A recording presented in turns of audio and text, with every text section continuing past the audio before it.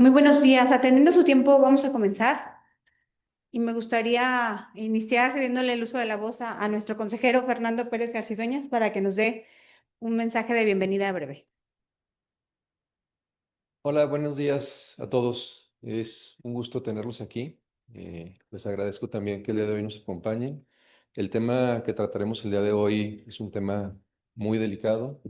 Eh, Veremos cifras y quisiera que aparte de solamente estar viendo cifras, veamos que atrás de cada cifra hay una persona, hay un rostro, hay situaciones tremendamente complejas donde nosotros como ciudadanos tenemos que estar atentos y comprometidos en lo que está sucediendo, porque estas personas que están sufriendo son personas que en un futuro serán adultos y que no, no es tremendamente complejo.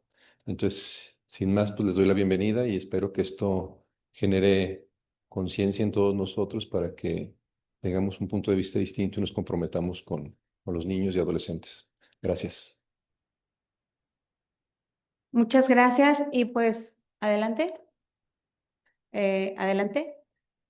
Agradecemos, estamos llevando a cabo estos ejercicios a partir de poder contar con un recurso que nos asignó el Estado. Entonces, si nos ayudan compartiendo su información, igual tenemos algunos regalitos por ahí en la entrada para ustedes. Entonces, quien tenga el código ya finalizado, nos dará mucho gusto poder contar y poder compartir con ustedes esta información. Ciertamente, como observatorio, lo que podemos proveer para la ciudadanía es información, información que creemos que es relevante, información que hoy nos trae aquí con un objetivo claro. Estamos celebrando este mes el Día del Niño, Niña y Adolescente, y en este objetivo de poder poner en la agenda a estas personas como un grupo prioritario es que nos llamó el tener esta conversación sobre niños, niñas y adolescentes.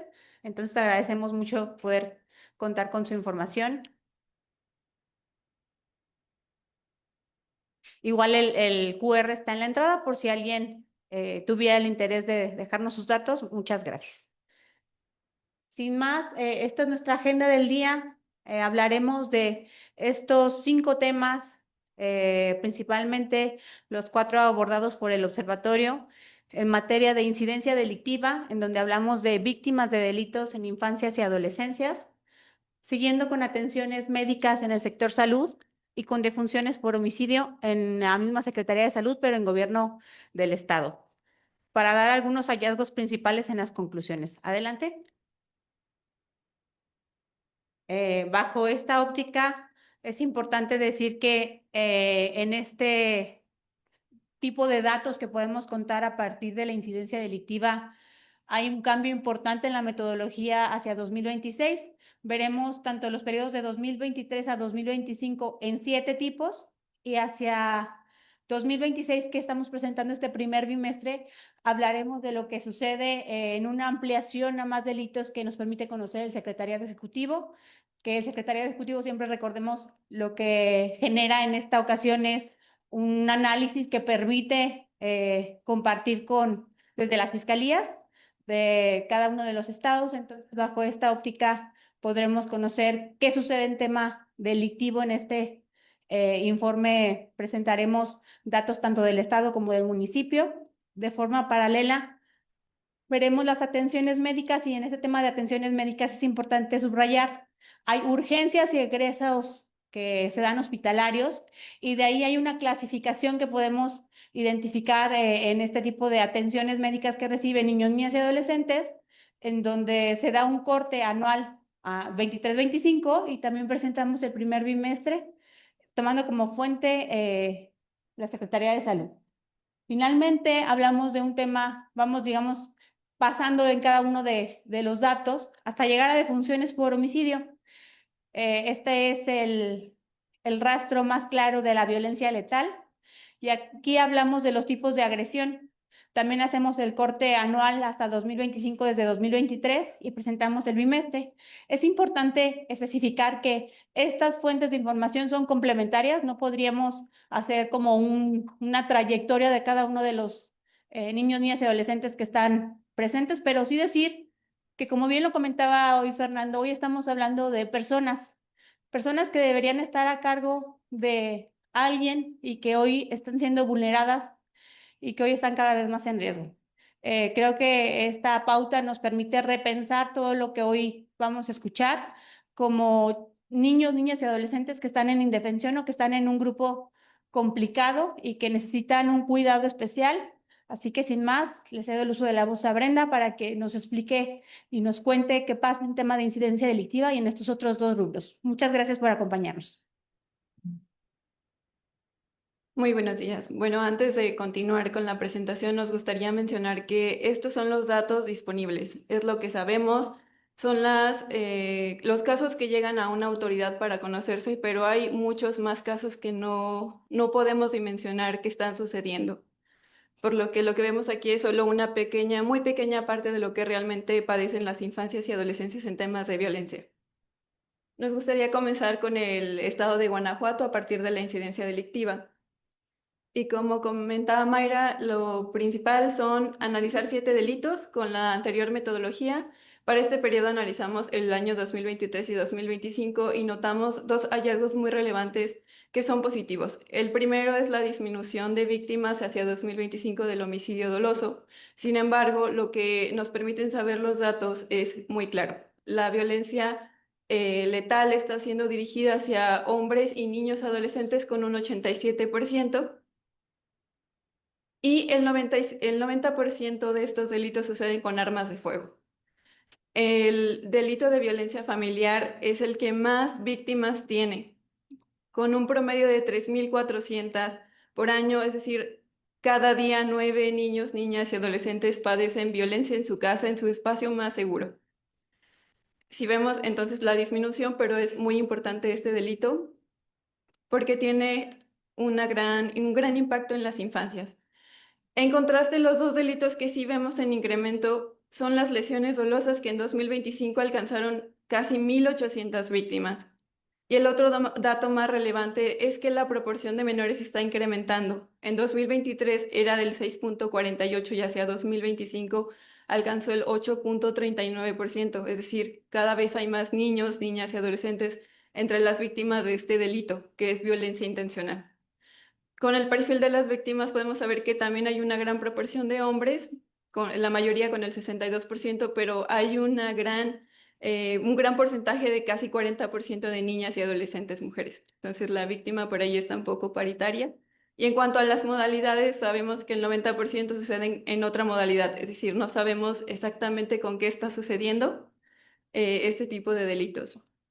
Como comentaba, la violación es otro de los que más ha tenido incrementos hasta alcanzar las 530 víctimas en 2025 y aquí la proporción es muy preocupante.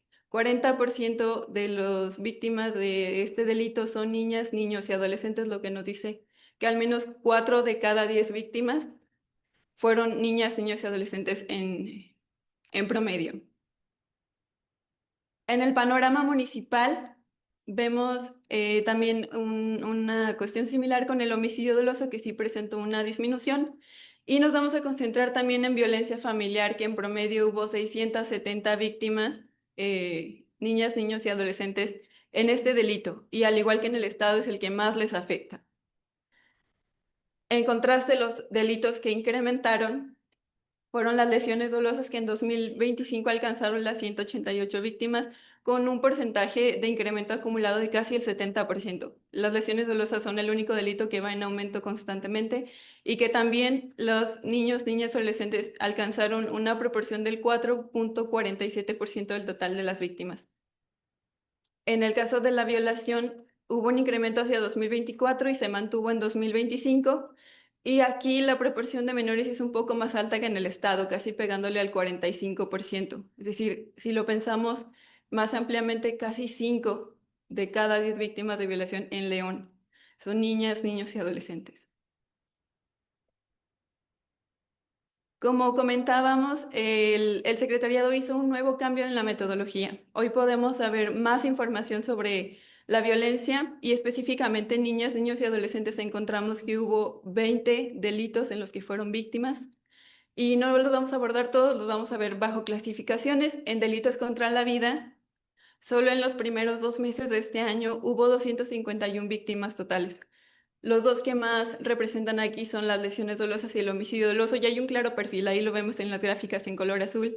Los delitos contra la vida afectan principalmente a niños y a hombres adolescentes, y en contraste, los delitos sexuales, que obtuvieron 274 víctimas, afectan principalmente a niñas y a mujeres adolescentes.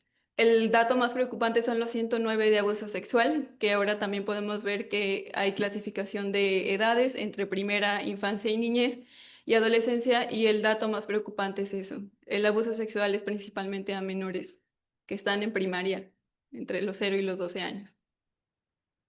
En cuanto a delitos contra la libertad, no registramos secuestros, pero aquí sí vemos una amplitud de que hay 128 delitos contra la libertad en retención y sustracción de menores, que es el principal.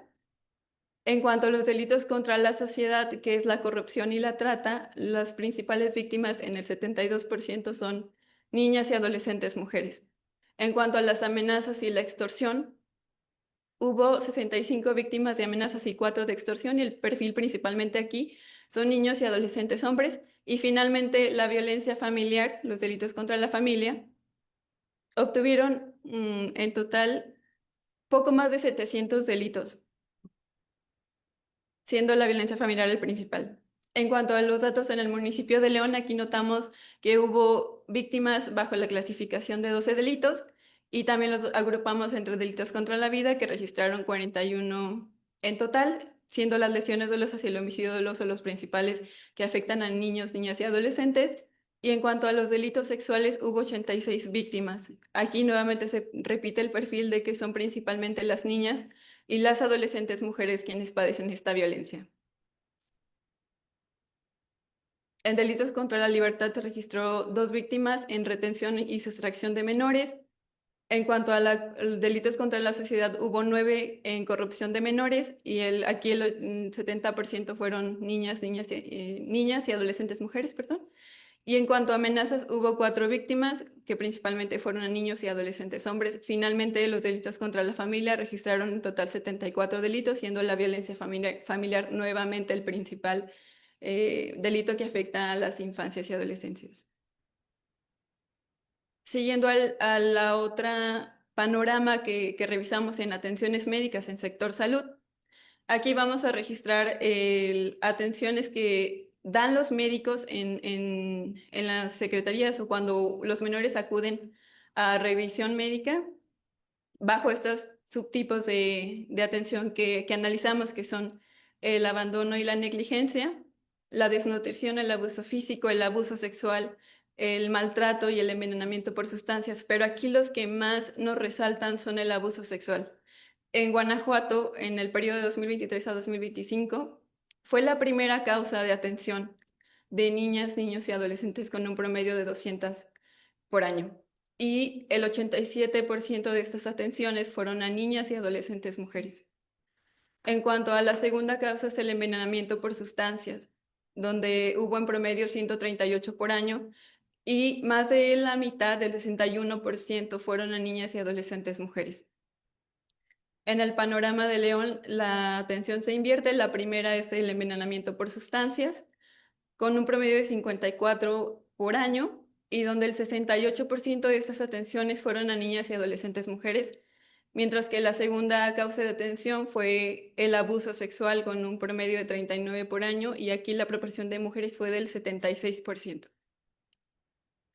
Hacia el primer bimestre, estos son los datos que tenemos. El abuso sexual sigue siendo la principal causa. 43 de los 46 fueron a mujeres en Guanajuato, y los 9 casos registrados en León fueron adolescentes mujeres. El envenenamiento por narcóticos, 14 de las 22 atenciones fueron a mujeres en Guanajuato, y las 6 atenciones en León fueron a una niña y a 5 adolescentes mujeres. Siguiendo con las atenciones médicas, pero bajo el tema de lesiones asociadas a violencia, la violencia sexual es muy clara, como lo vimos en incidencia delictiva. Principalmente se brinda la atención a niñas y adolescentes mujeres, con un 87%, y del total de las atenciones, el mayor grupo afectado son los adolescentes entre los 12 y los 17 años, con un 72%.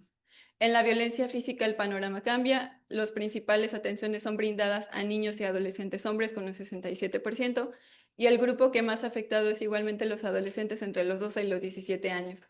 Finalmente, la violencia psicológica afecta casi en su totalidad a las mujeres. Las atenciones que fueron brindadas fueron del 95% a niñas y adolescentes. Y en cuanto al perfil de edad, el 95% fueron adolescentes. En el municipio de León el patrón es similar. La violencia sexual se brindó en un 87% a niñas y adolescentes mujeres, y donde el perfil de edad fue el 73% adolescentes. Aquí en los 3 tipos de atención por lesiones vemos que principalmente se brindaron hacia adolescentes. En cuanto a la violencia física, el 71% fueron a niños y adolescentes hombres, y volviendo a la violencia psicológica, casi en su mayoría la atención fue brindada a niñas y adolescentes mujeres. Con los datos al primer bimestre de 2026 podemos saber que del 54 de los 73 atenciones por violencia sexual en Guanajuato fueron a mujeres, y las 13 atenciones en León fueron a niñas y adolescentes mujeres. En la violencia física, más de la mitad de los casos son niños y adolescentes hombres, y en León 50 de los 57 fueron a hombres. Finalmente, la violencia psicológica, casi el 90% fueron a niñas y adolescentes mujeres. Y en León, de los 23 casos, todos fueron a mujeres adolescentes entre los 12 y los 17 años. Llegando al último apartado, que es uno de los más sensibles, que son muertes de niñas, niños y adolescentes. Con los datos de la Secretaría de Salud del Estado de Guanajuato, sabemos que en 2023 hubo 184 defunciones por homicidio. En 2024 incrementaron a 220, y en 2025 hubo un ligero descenso a 152. La causa más reportada de estas defunciones por homicidio son las agresiones por disparos de armas de fuego. Lo que la información nos permite saber es que en promedio casi el 90% sucedieron con armas de fuego, que el 90% fueron adolescentes entre los 12 y los 17 años, y que el 86% son hombres. El perfil es muy claro, ¿no? O sea, vemos aquí que la violencia letal va dirigida hacia los hombres adolescentes y con armas de fuego. En el municipio de León la situación es muy similar. 2023 registró 40 defunciones por homicidio, en 2024, que es el pico más alto, 49, y en 2025 bajó a 23. Nuevamente, las agresiones están sucediendo por armas de fuego con un 86%, y un 86% también son entre adolescentes de 12 a 17 años, mientras que el 84% son hombres. Hacia el primer bimestre de 2026 se han registrado 11 defunciones totales en el estado. Todos fueron en adolescentes, y 10 de los 11 fueron con armas de fuego. Ahí vemos otra modalidad, que es la agresión por objeto cortante, pero son las menos. En el caso de León, 7 de los 11 casos estatales sucedieron aquí, casi el 60%, y todos fueron en adolescentes hombres. ¿Me permites hacerlo? Gracias, gracias. Y justamente quisiera retomar. Desde el año pasado empezamos a hacer un análisis que creo que hasta incluso llegamos tarde al tema de infancias y adolescencias, o niños, niñas y adolescentes. Hablar de niños, niñas y adolescentes representa asumir un papel mucho más activo. Representa la necesidad de que entendamos que todos somos parte de este engranaje en donde estamos construyendo seres humanos que van a ser quien toma las decisiones en el futuro. Y pensar que estamos construyendo niños rotos o niños con grandes problemas en violencias, porque hoy hemos visto a partir de la información que nos ha presentado Brenda, cómo existen muchos tipos de violencia, y que esa violencia tenemos que verla como una violencia estructural. ¿Y qué queremos decir cuando hablamos de violencia estructural? Que necesitamos que instituciones, el cambio cultural y el cambio social esté inmerso en todos, en que entendamos cómo todos y cada uno formamos parte del cambio positivo o negativo, que tengamos que romper paradigmas de cómo la crianza con violencia no es la solución. Yo también quisiera llamar en ese sentido a la importancia de hablar de la denuncia, de cómo vemos en los delitos, sobre todo que presenta el secretariado, cómo están presentes los delitos de violación, de lesiones dolosas y de violencia familiar. Estos 3 delitos en particular nos permiten identificar cómo hay que repensar la crianza. En ese sentido, podemos hablar de que los delitos como violación y lesiones dolosas siguen incrementando, que tenemos incluso este tipo de violencias diferenciadas, en cómo las niñas son parte de una violencia sexual e incluso psicológica, abundando en los temas que presenta salud, pero cómo los niños cada vez están más presentes en lesiones dolosas. En los análisis que realizamos en el observatorio, siempre tenemos marcada la línea de cómo las lesiones dolosas son el antesala al homicidio doloso. Y lo podemos ver cuando llegamos hasta el tema de defunciones y vemos a los niños que están siendo parte de este tipo de delitos. En este sentido, también creo que es importante decir cómo existen infancias y adolescencias que son víctimas de delitos, sobre todo en violencia familiar. Yo entiendo que será complicado que podamos intervenir en cada una de las familias, pero me parece que es muy importante este rol que podemos asumir más activo. El no ser indiferentes, el no normalizar la violencia, que es una pauta grandísima que hoy podemos hacer un cambio. Tenemos que ser mucho más reactivos a cómo evidenciamos que la violencia no está bien, que hoy la violencia está por demás generalizada y cotidiana. No tenemos que acostumbrarnos a la violencia y mucho menos tenemos que acostumbrar a los niños a que este tipo de hechos son lo cotidiano. También justo la persistencia de la violencia, que quisiéramos tener un panorama diferente, pero pues que al menos en el primer bimestre seguimos viendo que está presente. Adelante. Y finalmente, en seguimiento a estas conclusiones, hablamos de 4 hallazgos principales. El abuso sexual que principalmente padecen atenciones médicas, es el principal tipo de atención que reporta la Secretaría de Salud.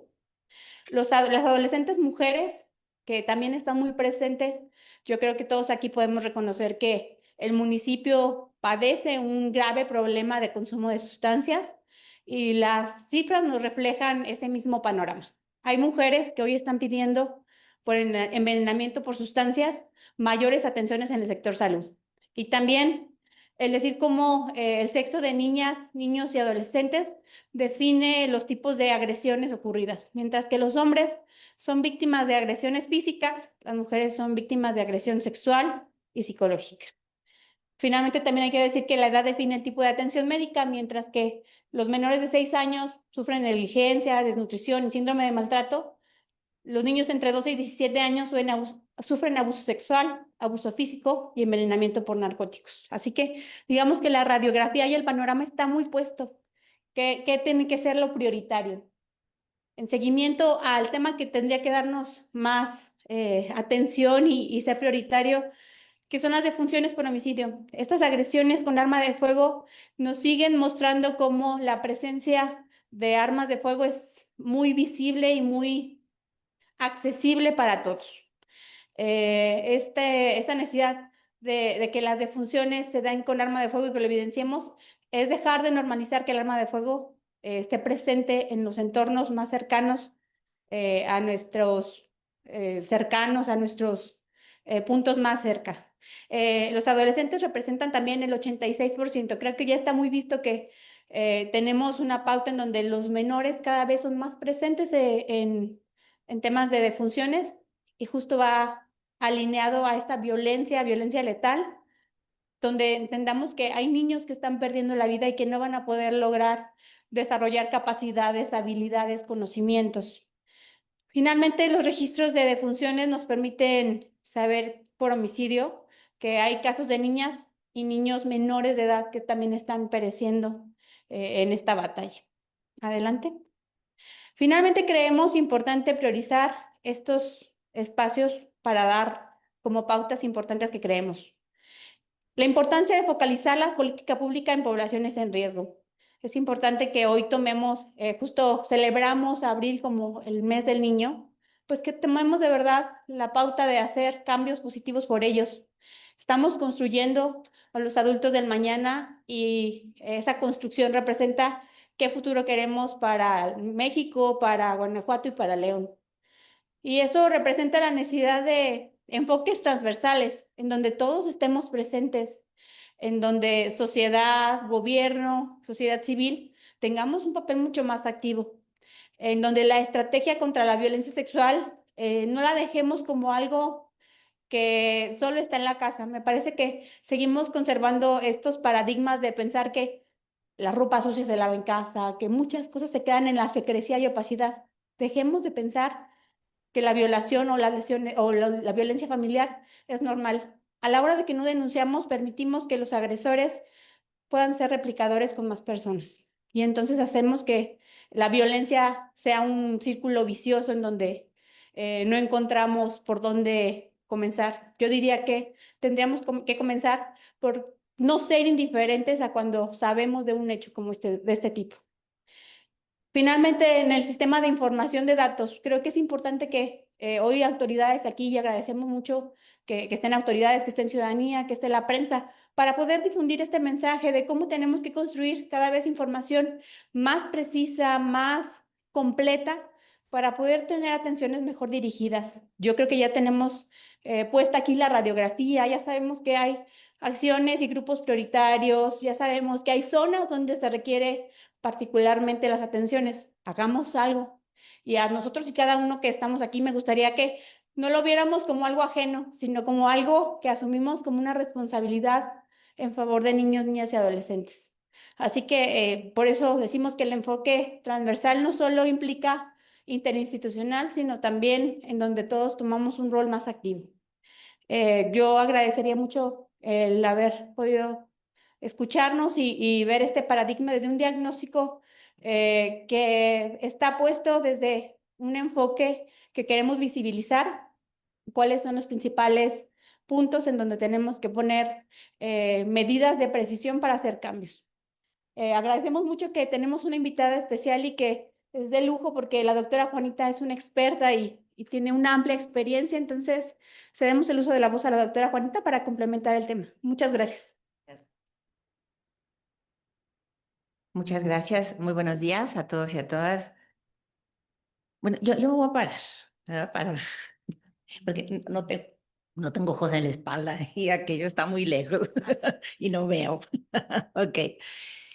Muchísimas gracias, Mayra, muchísimas gracias, sobre todo a Ciudadano, Fernanda, a todos y cada uno de quienes participan en el Consejo por esta invitación. Escuchar estos datos duele, ¿sí?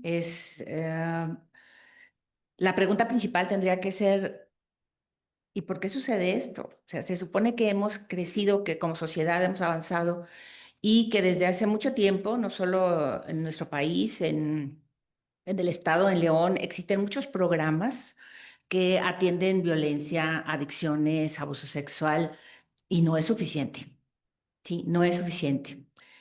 Hay otras organizaciones, está en el estado del CESAMA, en donde cada bimestre aproximadamente, hay reuniones de todos los agentes que trabajan con la cuestión de la salud, con fiscalía, y la pregunta sigue siendo la misma y la duda sigue siendo la misma.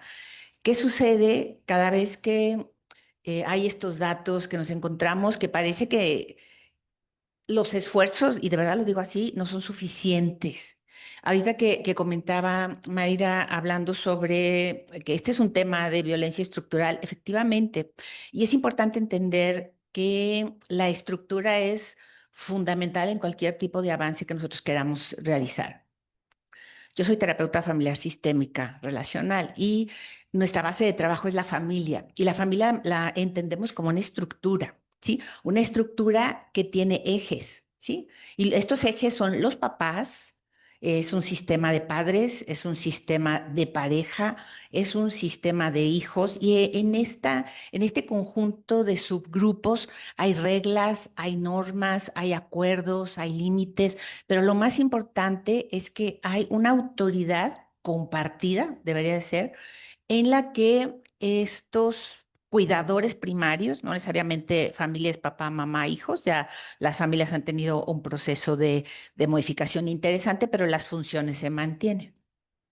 Entonces, esta estructura tiene que caminar simultáneamente. Lo que decía Mayra hace un momento, que tenemos que trabajar de manera transversal. Anteriormente, podríamos decir en familias más tradicionales, bueno, que lo decida tu papá. pero yo no decido. Que lo decida tu mamá, pero yo no decido. O dile a tu abuelita, o dile a alguien. Esto ya no lo podemos hacer. Tenemos que generar espacios de conversación, espacios dialógicos en los que todos podamos compartir tiempo, que es un factor súper interesante que ya no tenemos. No tenemos tiempo, andamos con las carreras, ¿sí? Y entonces la crianza es un proceso complejo en el que necesitamos tiempo para pensar dónde están, hacia dónde vamos, a dónde los queremos llevar y no dejar solos a los chicos y a las chicas, ¿sí? Porque el tema es que aun cuando podamos pensar como jerarquía, como padres, como la autoridad máxima, que nosotros estamos trabajando y haciendo lo conducente, la realidad es que muchos de los niños y adolescentes están solos, ¿sí? ¿Por qué? Porque todo el mundo estamos trabajando. Y entonces hay que priorizar los tiempos de convivencia para ver qué hiciste, cómo lo hiciste, ¿sí? Y eso es lo que nos está faltando. Entonces, en este acompañamiento transversal, la familia tiene que ir a ver cómo estamos todos aquí. A mí me ha tocado hacer algunas investigaciones en las que yo pregunto, ¿cuánto tiempo convives con tu familia a la semana? ¿Sí? Y es interesante porque hay estadísticas que me han reportado que lo máximo que conviven todos juntos a la semana es media hora. Y es domingo y están desayunando. Y todos están en el celular.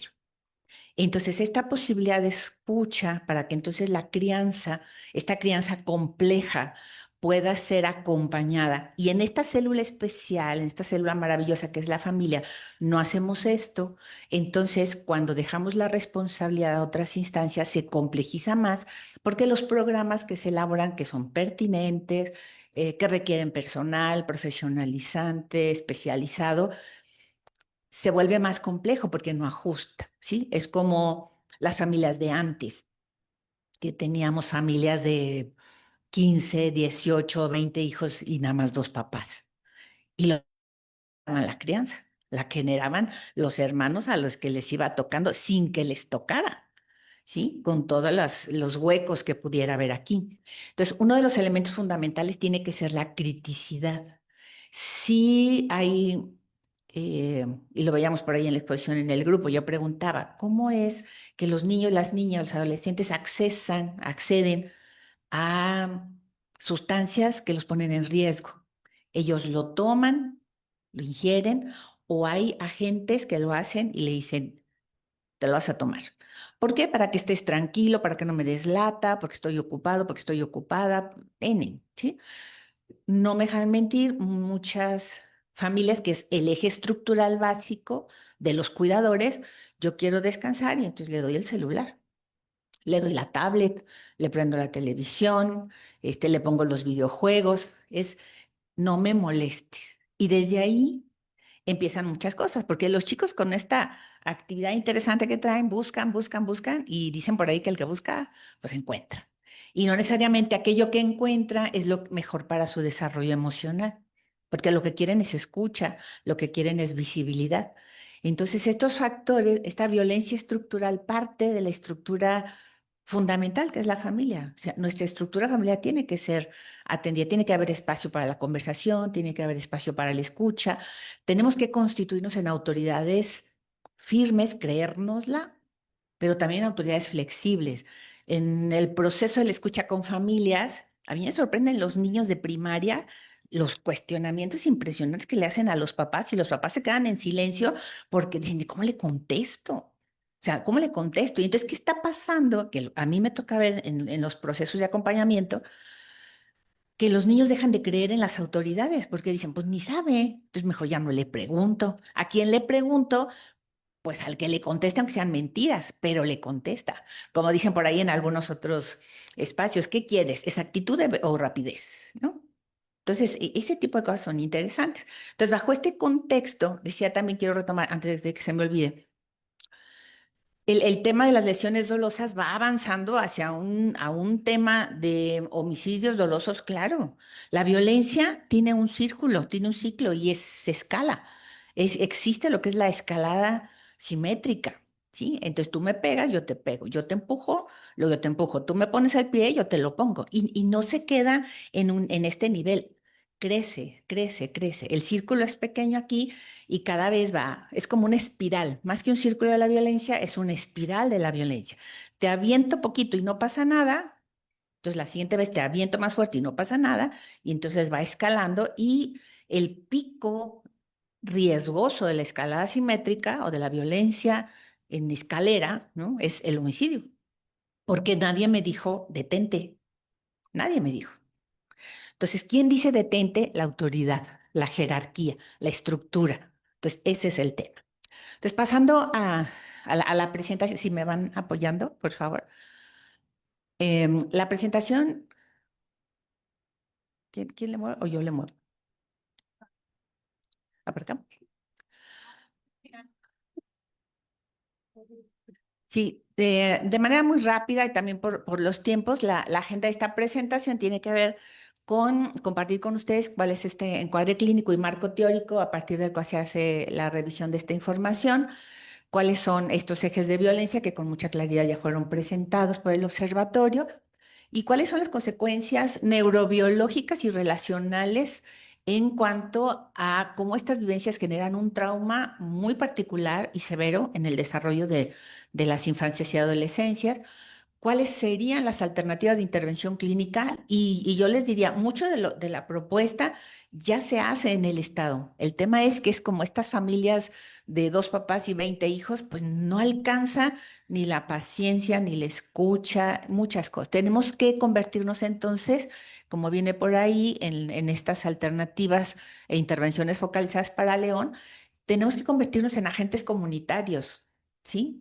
En no decir, es que a mí no me toca, es que yo no sé. Es si yo me entero de una situación, sí me toca, como ser humano me toca escuchar y acompañar a alguien, ¿sí? Y buscarle una red de apoyo. Si no es mi familiar cercano, a lo mejor es un amigo, un vecino, un conocido, tenemos que asumir una escucha que permita que esa persona, que ese niño, esa niña, ese adolescente no esté solo o sola, ¿sí? Eso nos convierte en agentes comunitarios permanentes, no nada más en mi burbuja de mi familia, mi trabajo. Hay que voltear a ver a los otros, a las otras, sobre todo la infancia. Intervenciones focalizadas, les decía, principios rectores del modelo integral, son 3 conceptos que me encantan: diferenciación, simultaneidad y territorialidad, ¿sí? Es decir, no solamente Fiscalía tiene que hacer, no solamente Secretaría, no solamente ONG, sino todos y todas tenemos que estar juntos. Ahorita DIF, por ejemplo, está reuniendo por ejes temáticos a todos los actores que a nivel estatal estamos trabajando en diferentes áreas y nos dice, ¿tú qué estás haciendo con suicidio? ¿Y tú qué estás haciendo? Y tú y tú. Entonces, a ver, mejor homologuemos programas, trabajemos todos juntos y incidamos en lo mismo. O mínimo conozcamos lo que estamos haciendo todos y todas para decir, ok, aquí, allá y acullá estamos trabajando en lo mismo, no confrontamos. ¿Sí? Hay muchas organizaciones, pero hay que visibilizar los esfuerzos en conjunto. Y finalmente una propuesta estratégica de política pública, o sea, ¿qué podemos sugerir a las autoridades? ¿Verdad? El trauma infantil, este es súper importante. La gente, el tema del estrés nos acompaña ahora todos los días y pareciera que es como parte del show. Pues sí, pero no con el impacto y la intensidad que viven estas infancias y adolescencias. Entonces, el trauma infantil no es solo un recuerdo, me pasó, lo viví, sino que se queda como una reconfiguración neurobiológica. Y aquí quiero hacer referencia a una entrevista que no sé si por ahí vieron. Hay una chica que se me olvida el nombre, pero se apellida Nino de Rivera, algo así. ¿Sí? Ajá. Y ella está entrevistando a un chico, no sé no me acuerdo cómo se llama, pero es un chico que está hablando, no sé si es el Beto, porque el Beto, bueno, se hizo famoso por develar ahí ciertos secretos, ¿no? Pero no recuerdo cuál es el chico, pero él está hablando sobre cómo destazaba a las personas, algo así, ¿no? Y lo platica así como si estuviera contando las tablas, ¿no? Y entonces, y así. Entonces uno dice, "Ah, caray, cómo negó toda esta parte emocional y lo normaliza". Pero entonces en la cárcel, no sé, en el Cerezo, de Cerezo donde estaba, se empiezan a oír como balazos, ¿sí? Y entonces se empiezan a oír los balazos y de tener una cara, así como el de agusticidad total, empieza a tener una serie de tics y de reacciones los ojos empiezan a mover, se le empieza a tener como rictos musculares, ¿no? Entonces, ay, ¿qué pasa? ¿Cuál es la explicación? Él aparentemente tenía todo el control, él estaba bien en la cárcel, todo perfecto, pero todas las vivencias que él había tenido generan este trauma infantil, adolescente, a través de esta reconfiguración neurobiológica. Él no pensó en tener todas estas como tics que se vieron en pantalla, pero lo que pasa es que no lo piensa. El trauma genera ese impacto y se queda ahí. Por eso, en la reparación del daño en las fiscalías, cuando dicen 5 sesiones, 10 sesiones, y si les va bien, 20 sesiones de reparación del daño, no ajusta, no ajusta. ¿Qué es lo que sugiere luego la fiscalía? Bueno, son 15 sesiones, bueno, en mi experiencia dan entre 12 y al que le toca 20 le fue bien, ¿sí? ¿Por qué? Porque sugieren la terapia cognitivo-conductual como uno de los elementos centrales, por supuesto, pero solo para la superficial, no para que este trauma infantil de la vivencia como víctima sea sanado. Se requiere mucho tiempo. Un golpe bien dado, pero mal dado. O sea, bien dado en el sentido de que me dañó profundamente, pero fue mal dado porque no debería haber sucedido así, no sana con tan poquito tiempo, ¿sí? No lo hace así. Entonces, detrás de cada cifra que nosotros estamos escuchando el día de hoy, existe un ser humano en desarrollo cuya trayectoria vital es alterada por experiencias adversas que producen efectos neurobiológicos, emocionales y relacionales. Yo dejo de confiar. ¿Por qué te voy a creer? Si quienes me debieron haber cuidado, la violencia familiar es el número uno y sigue estando en el número uno a pesar de muchos programas que se llevan en el estado y en la ciudad. No confío. Pero sí confío en el desconocido que llega y me habla bonito. Ojo, llega y me habla bonito. ¿Qué pasa? Pues que en mi casa no sucede eso. Entonces, es una invitación constante a seguir preparando a padres y madres que han sido víctimas también de procesos similares a reconfigurarse. Y esto implica mucha inversión de tiempo, programas de casa, programas comunitarios, no solo que las personas se trasladen a espacios institucionales. A veces no hay dinero ni tiempo para eso, ¿sí? En procesos institucionales en los cuales me ha tocado participar, digo, bueno, va a terapia papá, mamá, los 3 niños. Y aunque se les cobren 20 pesos, ¿sí? Por 5 son 100 pesos, al mes son 400, no lo pueden pagar más los camiones. Está complejo. Entonces hay que también trasladarse hacia los domicilios. Entonces hay que pensar en esas cosas. Las cifras clave del trienio, ya lo habían mencionado: víctimas menores de violencia familiar, 10.395, defunciones por homicidio de menores, 556, 622 atenciones médicas por abuso sexual, es demasiado, 41%, más del 41%, víctimas de violación en menores de edad. ¿Cuál es el hallazgo central? La violencia contra infancias opera como un sistema interconectado. La violencia familiar genera vulnerabilidad frente al abuso sexual. Sabemos que los agresores son cercanos, casi siempre. No existe el de la esquina que iba a pasar. Generalmente son gente conocida. La marginalidad facilita el reclutamiento criminal y el consumo de sustancias funciona como válvula de escape del sufrimiento psíquico acumulado, ¿sí? Las niñas dicen, de estar aquí en todo esto, me fugo. Y son población muy sensible para este tipo de delitos. Siguiente. Las víctimas menores por eje de violencia, bueno, ya no lo habían mencionado, estos datos. ¿Cuál es la lectura clínica? El hogar como epicentro, otra vez. Entonces, tenemos que seguir trabajando con papás, con mamás. La violencia familiar concentra más víctimas menores que el resto de delitos juntos, y se supone que son los que me cuidan. Esta simetría es diagnóstica. El entorno que debería ser protector se ha transformado sistemáticamente en fuente principal de daño. Eso lo hemos sabido desde hace mucho tiempo. El tema es, ¿por qué sigue sucediendo? Esa es la gran pregunta. Siguiente. El entorno protector convertido en daño. ¿Qué pasa? ¿Qué está pasando clínicamente? Hay un apego desorganizado, hay una transmisión intergeneracional. Escuchamos frases como, pues es que así se resolvía, pues es que así era, pues mira, yo también era así, pero mira, ahora ya, pues más o menos ya ahí la hice. Entonces tenemos que deconstruir este tipo de narrativas familiares, ¿no? Este apego desorganizado compromete una regulación emocional, el autoconcepto y la capacidad de vínculos sanos en la vida adulta. Da lo mismo, digamos, he escuchado frases como, si la vida es tan difícil, ¿como para qué le sigo? ¿Como para qué vivo? Si no hay nada mejor de lo que tengo ahorita y todo el mundo me dice se va a poner peor. Y en esas narrativas lo que va pasando es que se invita a no vivir, aunque no directamente le digamos a los niños, a las infancias, haz lo siguiente para que ya no vivas. Estas frases generan una desesperanza aprendida. Pero entonces tenemos que invitar a estos adultos que tienen también estas tristezas a encontrar alternativas de motivación. ¿Cómo me motivo? Tenemos que encontrarlo. Y es bien difícil a veces decirle a un adulto, a ver, motívese. Sí, pues nomás estaba esperando que me dijera para motivarme, ¿no?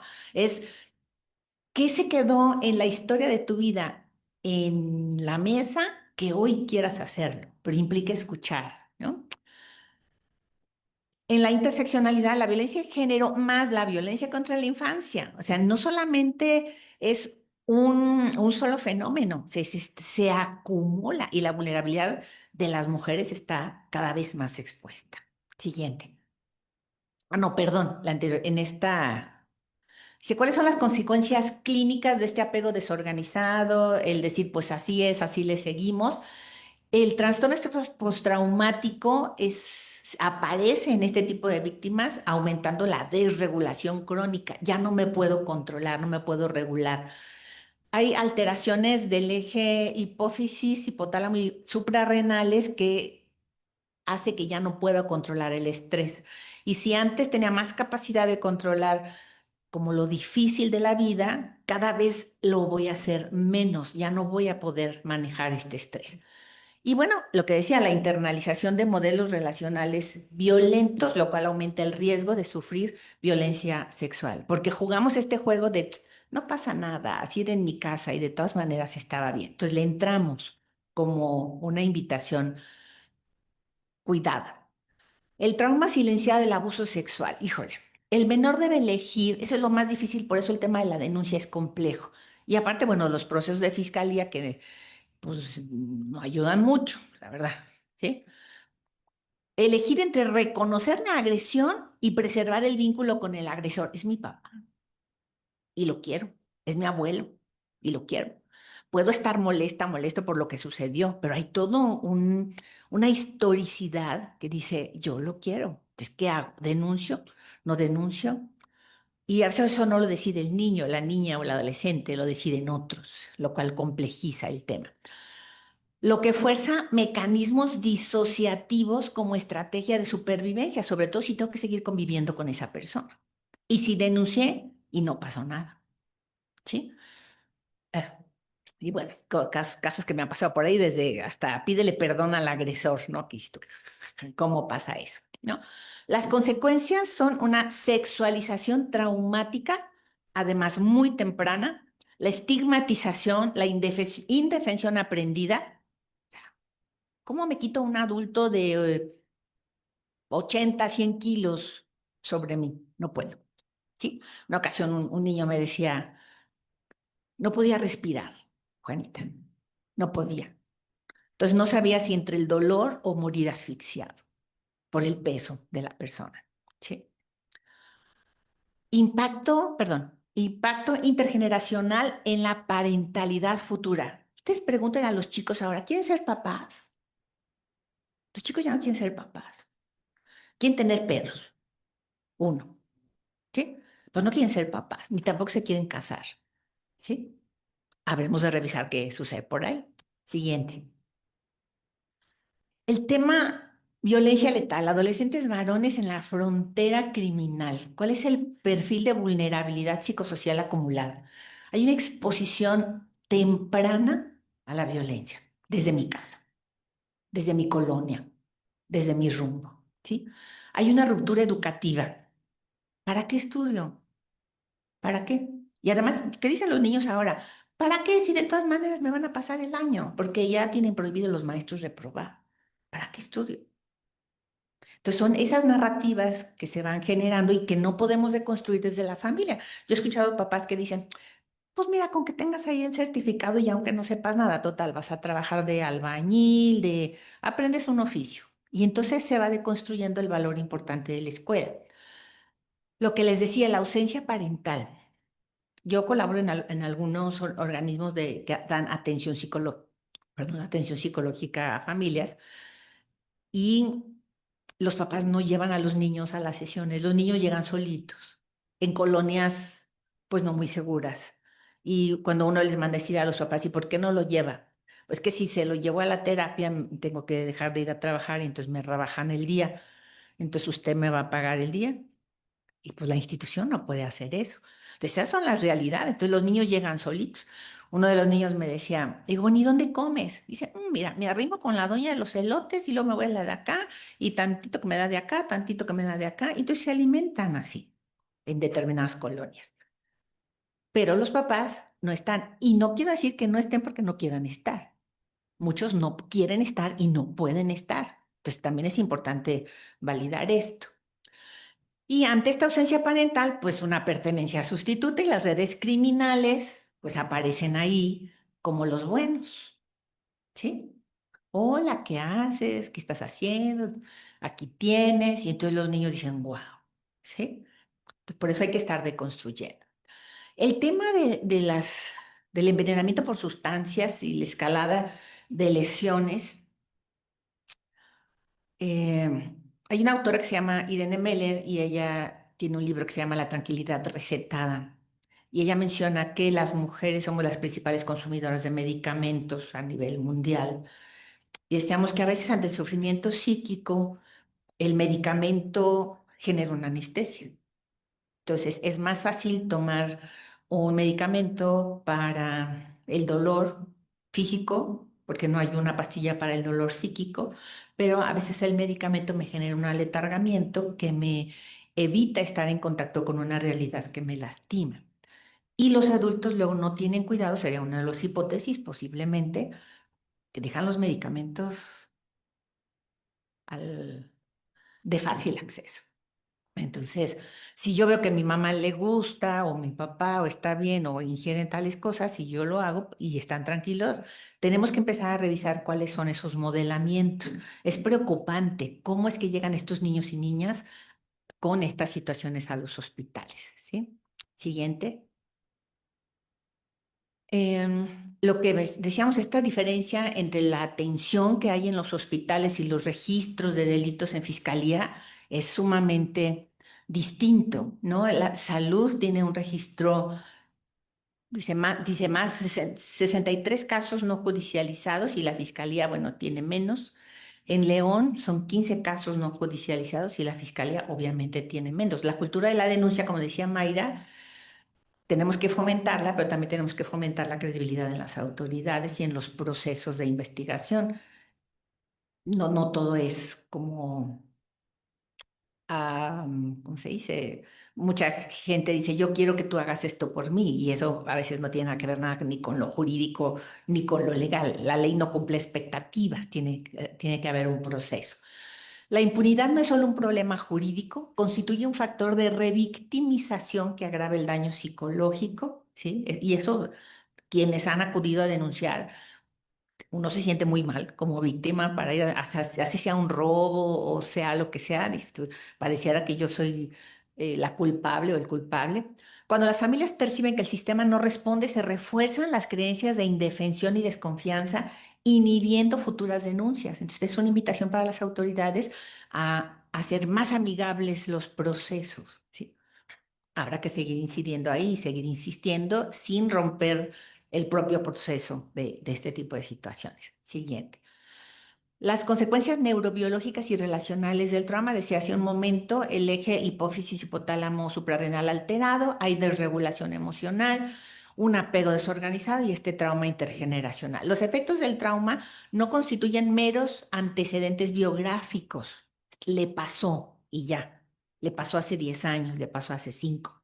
Son alteraciones estructurales que condicionan la capacidad de testimoniar, la coherencia narrativa, la memoria de los hechos y las conductas posteriores de la víctima. Su valoración requiere un peritaje psicológico forense especializado que evite interpretar como incongruencia lo que es clínicamente manifestación del daño. Yo me he encontrado con abogados que le dicen a los psicólogos, aplica el MMPI-2. Y los psicólogos lo aplican. Digo, o sea, ¿cómo? O sea, ¿cómo te va a decir un abogado que apliques una prueba que ni conoce y que además es compleja? ¿Sí? Pero hay un tema. Hay otras pruebas, que me gusta mucho una prueba, que es la prueba PAI, que evalúa en cuestiones de trauma,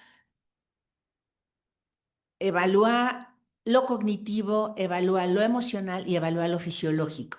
Si, por ejemplo, alguien va a denunciar después de 10 años, las pruebas de fiscalía van a decir que no tiene daño, porque las pruebas de fiscalía evalúan cuestiones neurofisiológicas. Ya por desarrollo ya prescribieron, pero lo cognitivo y lo emocional no prescribe. Entonces hay que aplicar pruebas más adecuadas que a pesar del tiempo transcurrido, ¿sí? No porque el trauma se haya resuelto. Es que ya pasó hace 10 años, se le olvidó. No, no se le olvidó, ¿sí? Hay que evaluar, aplicar las pruebas adecuadas. Lo emocional y lo cognitivo sigue ahí. Aunque yo me vea tranquila, porque fisiológicamente pues me he autorregulado, pero lo cognitivo y lo emocional ahí está. Entonces el trauma no es solo biografía. Y las alternativas de intervención, rápidamente, ¿cuánto tiempo me queda? ¿No? Tenemos que tener sí, alternativas de prevención primaria, alternativas de prevención secundaria y terciaria. La prevención primaria es antes de que las cosas sucedan, ¿sí? Programas, conferencias, talleres, o sea, no hay un caso identificado, ¿sí? Eso es lo más importante que podemos hacer, es la prevención primaria. Sin embargo, cuando ya tenemos cerca los eventos, ¿sí? Entonces tenemos que hacer intervención secundaria, detección temprana e intervención oportuna. Algo acaba de pasar, ahí tenemos que hacer algo rápidamente. Y la intervención terciaria es la atención, reparación y prevención de la revictimización. Aquí ya pasó, pero necesitamos darle más espacio. Digamos que Fiscalía luego dice, con 20 sesiones es suficiente, pero con eso no reparo el trauma. Necesito una intervención terciaria más amplia que me permita evitar la revictimización. Siguiente. En términos de prevención primaria, es importante, fíjense, si la violencia familiar es el delito que sigue dañando más a niños, niñas y a las infancias de nuestro estado, la parentalidad positiva tiene que ser uno de los elementos centrales, ¿sí? En Fiscalía se canaliza mucho hacia el programa de crianza positiva que tiene DIF estatal, pero a aquellos que ya han, y está padrísimo el programa, o sea, la verdad está muy bonito. Eh, no tiene que ser solamente a esos papás, o sea, tiene que ser a todos los papás, no nada más a esos, a los que se andan divorciando y que la convivencia, la custodia y demás, y los mandan para allá, no nada más es a esos papás, es a todos los papás. Lo que les decía de ser agentes comunitarios, hay que hacer visitas domiciliarias a familias en riesgo, hay que tocar puertas, oiga, ¿qué está pasando aquí? Porque esa gente no va a caminar y va a ir a las instituciones porque tiene miedo, porque le da vergüenza.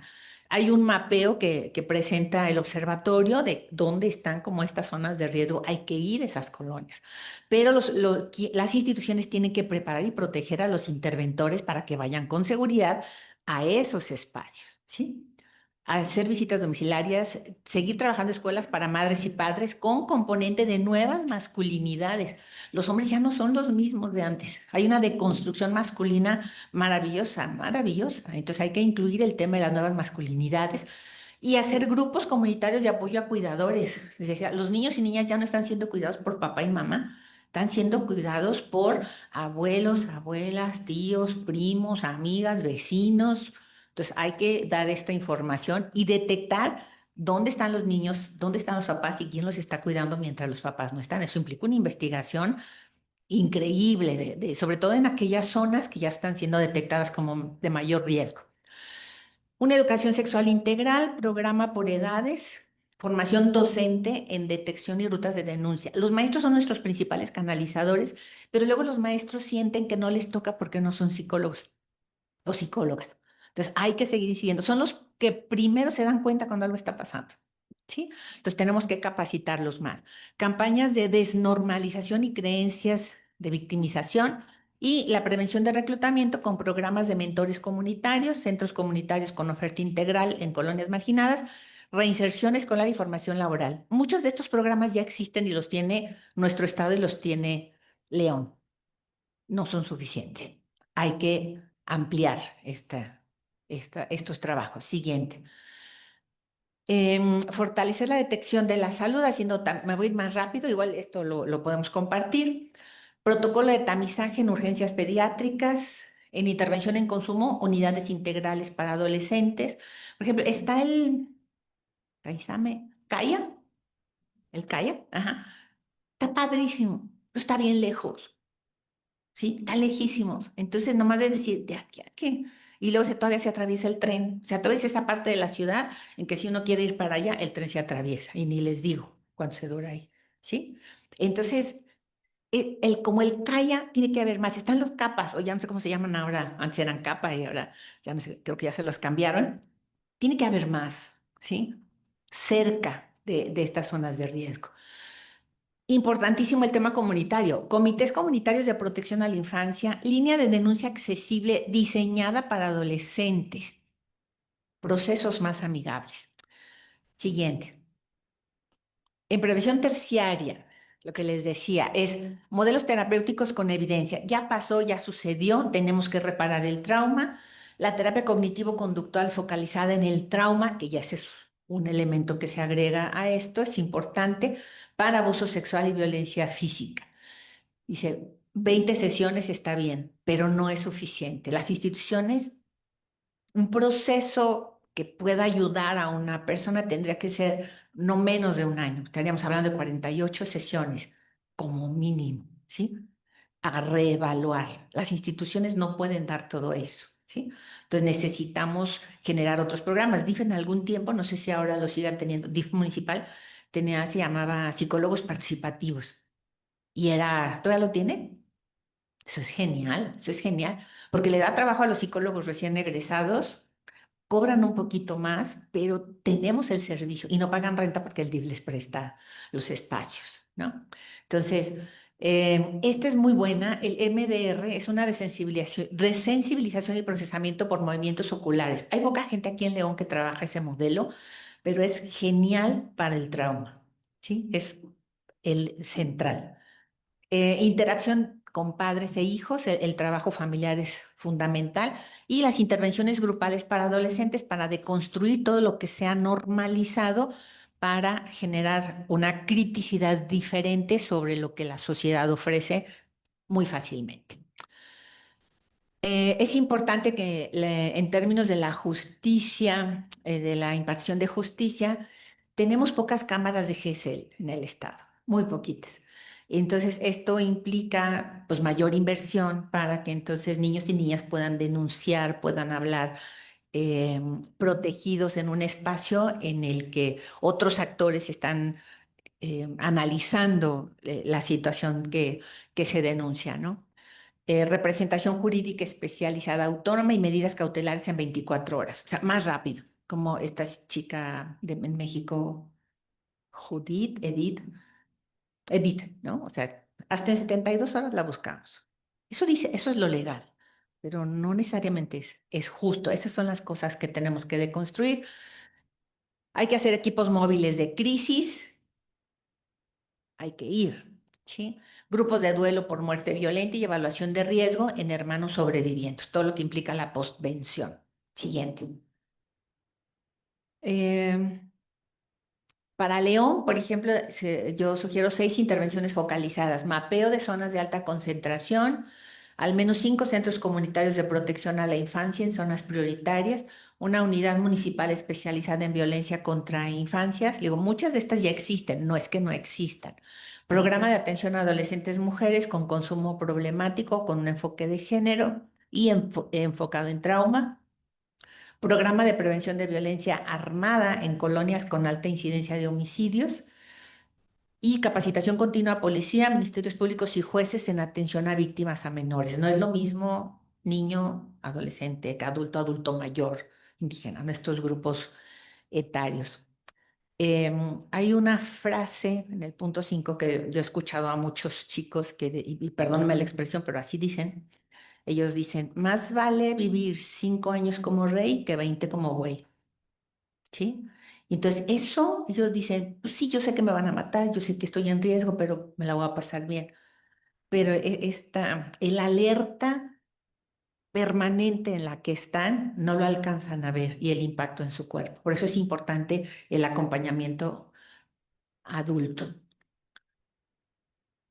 Lo que les decía hace un momento, los 3 principios para una intervención, tenemos que tener programas diferenciados, simultáneos, no primero luego el otro y luego el otro, sino lo que decía hace un momentito Mayra, este trabajo transversal, simultáneo, y en este eje de territorialidad dice focalización geográfica en colonias y comunidades con mayor concentración de factores de riesgo. León concentra una proporción desproporcionada de la violencia estatal.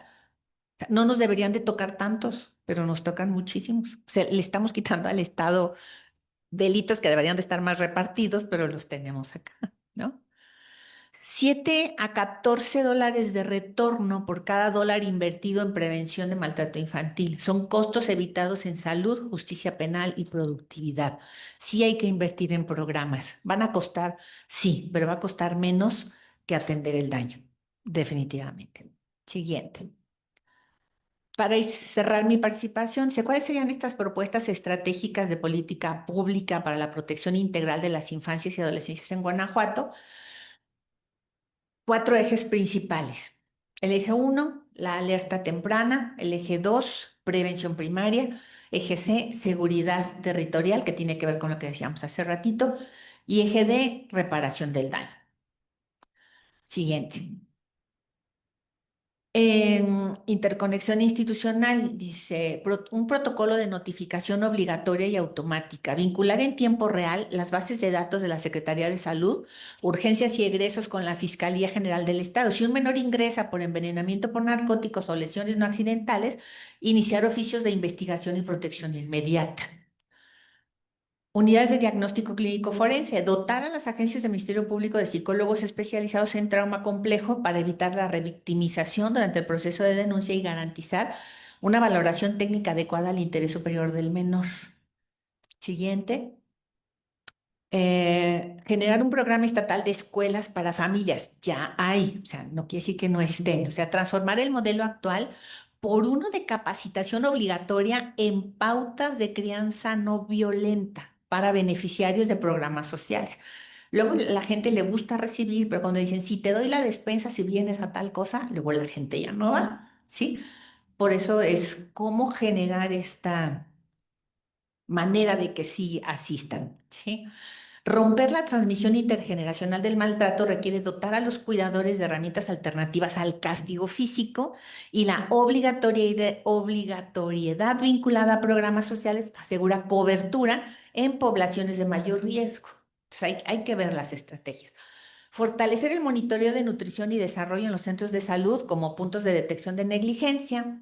El grupo de 0 a 6 años concentra atenciones por abandono, negligencia y desnutrición. Los centros de salud son el punto de contacto institucional más frecuente y sistemático en esta etapa de desarrollo. Siguiente. Zonas de intervención prioritaria. Crear centros de justicia y bienestar para la infancia, en lo que decíamos, estas colonias detectadas con mayor riesgo. Y prevención del reclutamiento, programas de tutoría, deporte y arte para adolescentes hombres en zonas de alto riesgo, orientados a desarticular la identidad vinculada a la violencia armada. Fíjense bien, identidad vinculada a la violencia armada. Hay poder.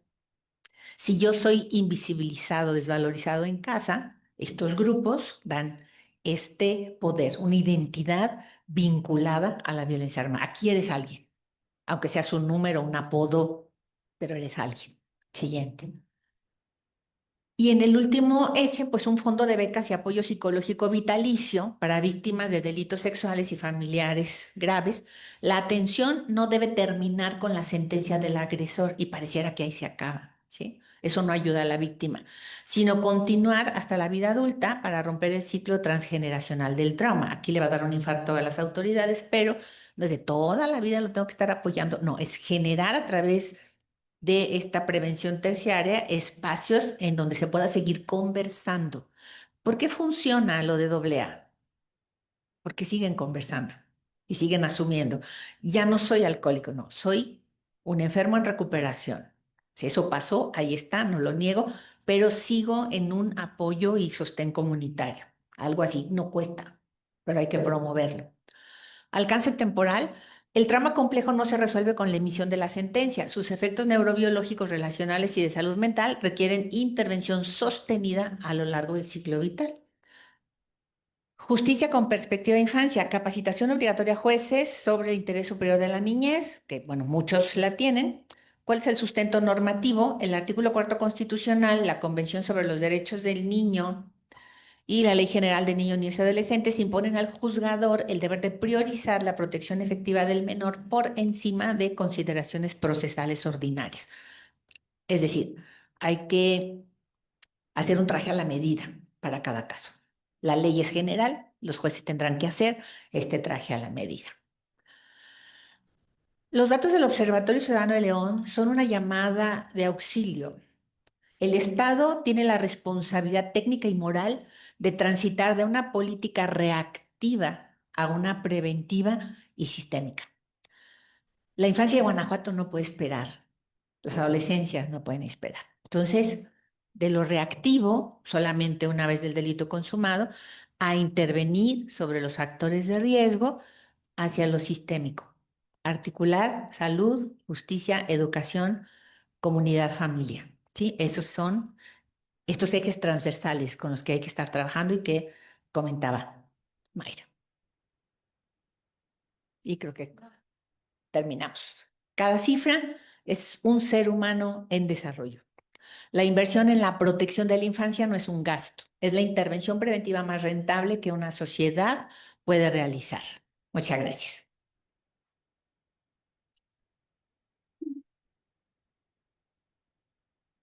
Agradecemos ampliamente todo lo comentado por la doctora Juanita, que nos pone a reflexionar. Yo creo que este repensar representa la necesidad de hacer una deconstrucción, como bien lo menciona ella. Tenemos un reconocimiento para la doctora Juanita por su intervención.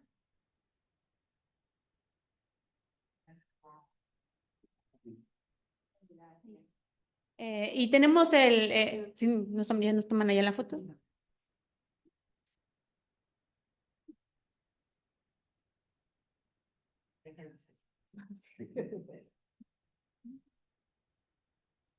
Y abrimos el espacio de preguntas y respuestas para poder escucharles, porque siempre esos espacios tendrían que representar el espacio de diálogo. Así que si alguien tiene alguna pregunta, comentario, pues estamos a sus órdenes. Y si todo quedó tan claro y tan preciso, pues también agradecer esta asistencia el día de hoy. Yo creo que hoy nos llevamos tareas que repensar y sí tenemos que hacer esta deconstrucción en donde dejamos de normalizar la violencia, en donde creamos entornos seguros para niños, niñas y adolescentes, buscando que los recursos, hoy Juanita nos dio muchas pautas de gran interés en donde podemos poner los principales y creo que nos llama a todos a ser mucho más activos en esta defensa y apoyo para niños, niñas y adolescentes. Muchas gracias a todos por su asistencia y pues siempre esperamos seguir contando con ustedes en futuras ocasiones. Muchas gracias.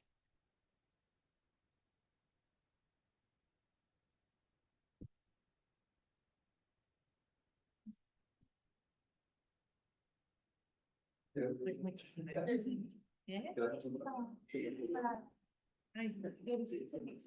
No, para que